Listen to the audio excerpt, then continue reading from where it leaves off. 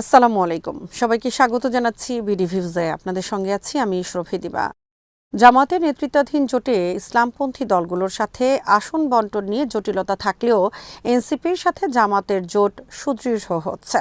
একই সাথে কর্নেল অবসরপ্রাপ্ত অলি আহমেদের দলের সাথে আসন নিয়ে কোনো জটিলতা না হওয়ায় জামাতের উদারপন্থী দলগুলোকে নিয়ে জোটবদ্ধ হওয়ার সিদ্ধান্ত দেশে বিদেশে প্রশংসিত হচ্ছে।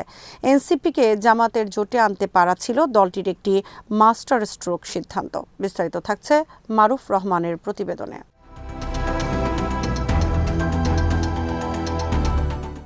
রাজনৈতিক বিশ্লেষকরা বলছেন, নির্বাচনী প্রচারণা শুরু হওয়ার পর এনসিপি জামাত জোটের নেতারা সামনে আসলে ভোটের রাজনীতির দৃশ্যপট বদলে যেতে থাকবে। ইতিমধ্যে এনসিপিকে ৩০টি আসন নিশ্চিত করেছে জামাত। এনসিপিকে ছেড়ে দেয়া অধিকাংশ আসনে জামাতের প্রার্থীরা মনোনয়নপত্র প্রত্যাহার করেছেন।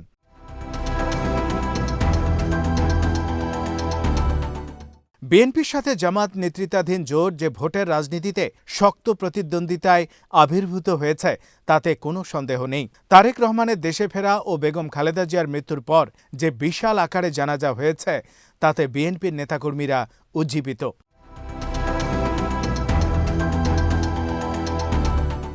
তারেক রহমান দেশে ফেরার আগে দলের নেতাকর্মীদের লাগামহীন চাঁদাবাজি ও প্রার্থী নিয়ে অভ্যন্তরীণ কোন্দলে জামাতের নেতৃত্বাধীন জোট নিয়ে ভোটারদের মধ্যে ব্যাপক আগ্রহ তৈরি হয়েছিল। তারেক রহমান দেশে ফেরার পর এই অবস্থার কিছুটা পরিবর্তন হতে থাকে।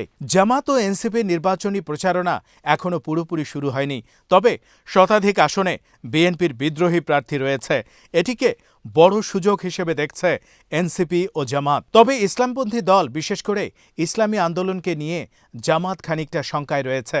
শেষ পর্যন্ত এই জোটে ইসলামী আন্দোলন নাও থাকতে পারে তা মাথায় নিয়ে পরিকল্পনা সাজাচ্ছে জামাত।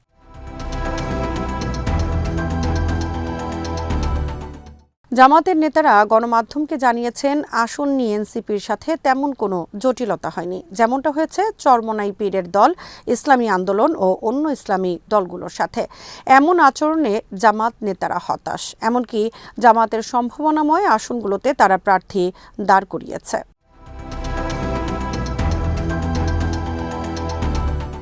জামাতে জোটে থাকা ইসলামপন্থী কয়েকটি দলের বেশি আসন চাওয়ার লক্ষ্য হচ্ছে জামাত যাতে ১৫০টির বেশি আসনে নির্বাচন করতে না পারে।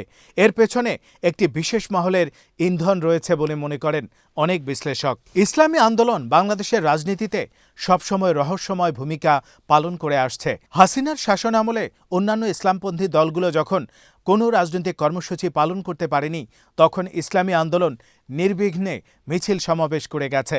দলটির কোনো নেতাকর্মী জেল জুলুমের শিকার হয়নি।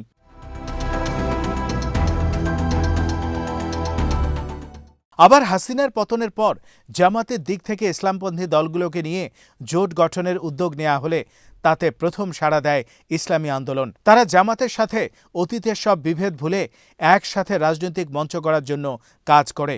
কিন্তু নির্বাচনী আসন সমঝোতার শেষ পর্যায়ে এসে দলটি প্রথমে ১.৫ শতাধিক আসন দাবি করে, পরে এই সংখ্যা ৫০-এর উপরে দেওয়ার দাবি করে, কিন্তু জামাত দলটিকে ৩১টি আসন দেওয়ার প্রস্তাব দেয়।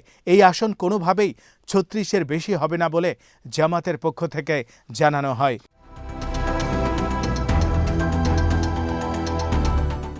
অনেক বিশ্লেষক মনে করেন, আসন সমঝোতার শেষ পর্যায়ে এসে ইসলামী আন্দোলনের এই তৎপরতার পেছনে বিশেষ মহল কলকাঠি নাড়ছে। বিষয়টি জামাত অনুধাবন করতে পারছে। এই কারণে জামাত বিকল্প কৌশল নিয়ে এগিয়ে যাচ্ছে।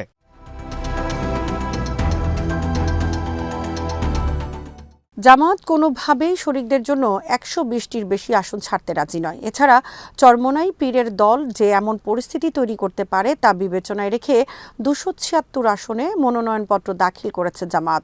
ইসলামপন্থী দলগুলোর এই কৌশলের পেছনে কাজ করছে নিজেরা না জিতলেও জামাতকে নির্দিষ্ট আসনের মধ্যে বেঁধে ফেলা।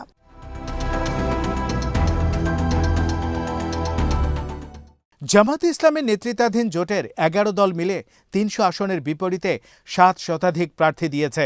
এর মধ্যে ইসলামী আন্দোলন ২৭২, বাংলাদেশ খেলাফত মজলিস ৯০, খেলাফত মজলিস ৬৭, এনসিপি ৪৭ ও এলডিপি ২৪টির মতো আসনে মনোনয়নপত্র জমা দিয়েছে। সমঝোতা হওয়া কিছু আসনে একক প্রার্থীর মনোনয়নপত্র জমা পড়লেও অনেক জায়গায় একাধিক দলের প্রার্থী রয়েছে। ইসলামী আন্দোলনের ভূমিকায় জামাত সহ অন্যান্য দলেও অসন্তোষ রয়েছে। ইসলামী আন্দোলন এমন সব বক্তব্য রাখছেন যা জোটে থাকা নিয়ে প্রশ্ন দেখা দিয়েছে।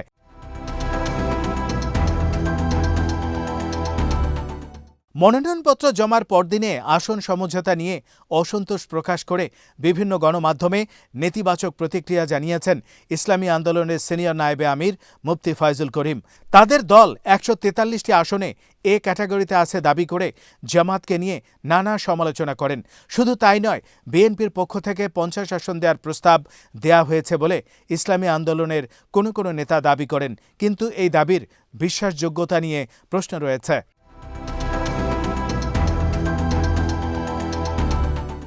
জামাতের সূত্রগুলো বলছে, চরমোনাই পীরের দলসহ ইসলামপন্থী দলগুলোকে তারা যে আসন ছেড়েছে এর বেশি আর কোনো আসন ছাড়তে রাজি নয় দলটি। তারা মনে করে জামাত যাতে ১৫০টির বেশি আসনে নির্বাচন করতে না পারে এমন কৌশল নিয়ে এগুচ্ছে বিশেষ মহল। এবার দাবার গুটি হিসেবে ব্যবহার করা হতে পারে ইসলামী আন্দোলনকে।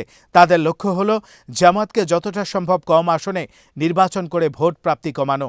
এর প্রভাব উচ্চকক্ষে পড়বে, কারণ উচ্চকক্ষ হবে পিআর পদ্ধতি বা প্রাপ্ত ভোটের ভিত্তিতে।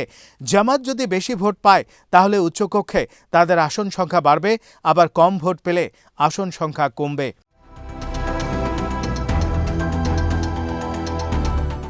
যদি জামায়াতের সাথে শেষ পর্যন্ত ইসলামী আন্দোলনের জোট না হয় তাহলে আরও দু একটি ইসলামপন্থী দল জামাতের জোট থেকে বের হয়ে গেলেও অবাক হওয়ার কিছু থাকবে না। তবে বিশ্লেষকরা বলছেন, জামাতের জোট থেকে ইসলামী আন্দোলন বের হয়ে গেলে তাতে জামাতের ভোটের উপর খুব একটা প্রভাব পড়বে না, কারণ ইসলামী আন্দোলনের প্রভাব মূলত বরিশাল অঞ্চলে। এই অঞ্চলে বিএনপি অত্যন্ত শক্তিশালী অবস্থানে আছে। এসব আসন থেকে জামাত প্রার্থীদের বিজয়ী হওয়ার সম্ভাবনা কম। এছাড়া নির্বাচন পরবর্তী রাজনীতিতে ইসলামী আন্দোলনের অবস্থান কী হবে তা নিয়েও সংশয় আছে।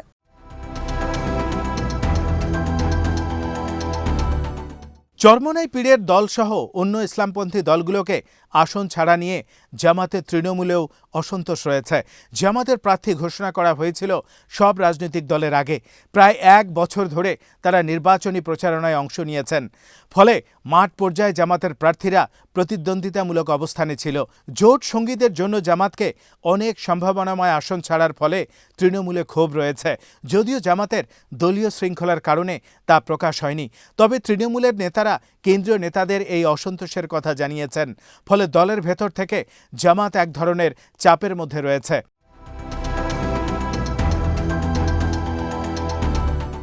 এমন পরিস্থিতিতে জোটবদ্ধ নির্বাচনে এনসিপির সাথে সমঝোতাকে গুরুত্ব দিচ্ছে জামাত। ইতিমধ্যে স্থানীয় নেতাদের নির্দেশ দেওয়া হয়েছে এনসিপির প্রার্থীদের পক্ষে নির্বাচনে তৎপর হতে। অনেক বিশ্লেষক মনে করেন, তরুণ নেতাদের সাথে নিয়ে জামাত নেতারা নির্বাচনী প্রচারণা শুরু করলে ভোটের হিসাব নিকেশে বড় পরিবর্তন আসবে। এবারের নির্বাচনের ফলাফল আগের নির্বাচনের মতো নাও হতে পারে। দেশে প্রায় ৪ কোটি নতুন ভোটার রয়েছে, যারা ফলাফল নির্ধারণে প্রধান ফ্যাক্টর হিসেবে কাজ করবে। অভ্যুত্থানে অংশ নেওয়া তরুণ ভোটাররা নিঃসন্দেহে এনসিপি নেতাদের মাধ্যমে প্রভাবিত হবে।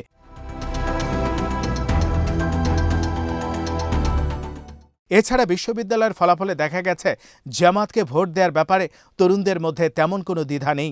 এছাড়া শহুরে মধ্যবিত্ত শিক্ষিত শ্রেণীর মধ্যে জামাত ও এনসিপির জনসমর্থন বাড়ছে। এসব জরিপের ভিত্তিতে জামাত ও এনসিপি নির্বাচনী কৌশল সাজাচ্ছে বলে মনে করা হচ্ছে। ফলে ইসলামী আন্দোলনের ব্যাপারে জামাত আর কোনো ছাড় নাও দিতে পারে।